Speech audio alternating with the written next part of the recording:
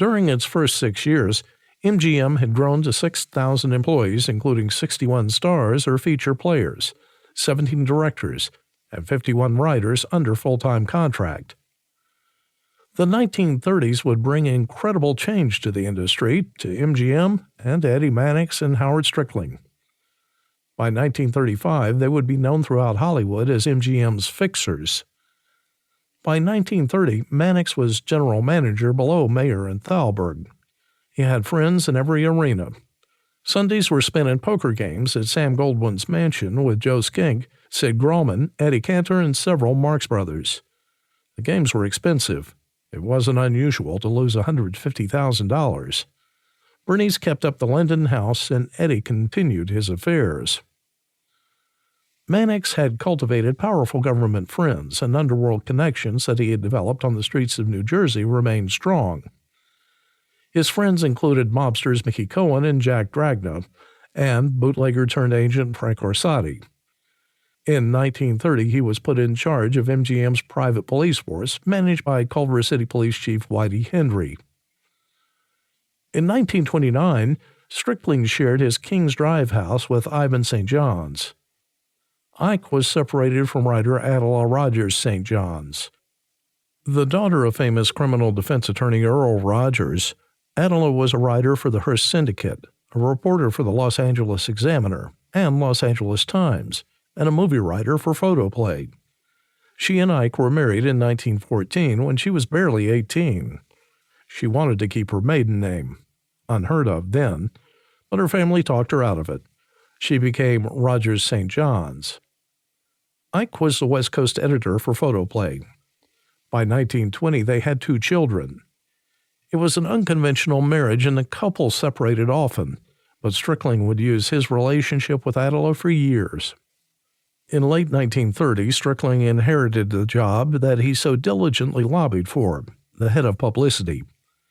Production chief Harry Rapp wanted to produce comedy shorts, and needing a narrator, told Mayer he had actors who can deliver a line but can't write, and writers who can write but not deliver a line. I need someone who can do both. Mayer suggested Rapp hire Pete Smith, who from 1930 to 1940 narrated or appeared in 150 shorts. When he was given his new assignment in October of 1930, Smith handed the publicity department to his 31-year-old assistant, Strickling. After his somewhat public battles with Mistress Mary Nolan, Eddie went back to the anonymous affairs that were his preference prior to Nolan. Sometime during early 1931, a rumor swept the studio that Eddie had woken from a night of partying with one of his actresses in her small Hollywood apartment. She was dead, probably from a combination of alcohol and drugs. Calls to Whitey Henry and Strickling brought them to the apartment. Henry called a police buddy to investigate, but no police report was filed. Strickling told the press about the suicide of the unknown actress, and the story disappeared. Of new DA Buron Fitz, Bud Schulberg said 60 years later, Buron Fitz was completely in the pocket of the producers.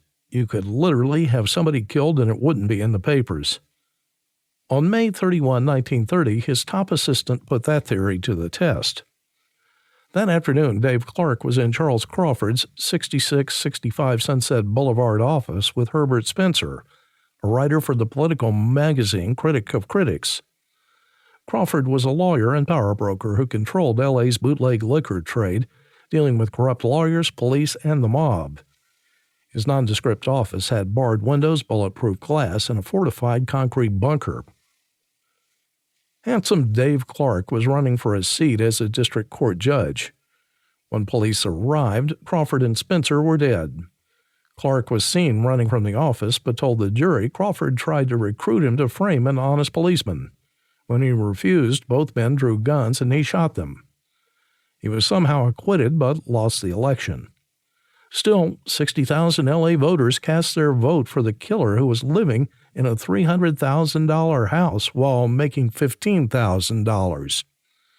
Several years later, he would die in prison after killing the wife of a friend. Another challenge for Mannix and Strickling in the early 1930s. To keep listening to this audiobook for free, Click the link in the description. It will take you to a free Audible trial where you can listen to this and many other books for free for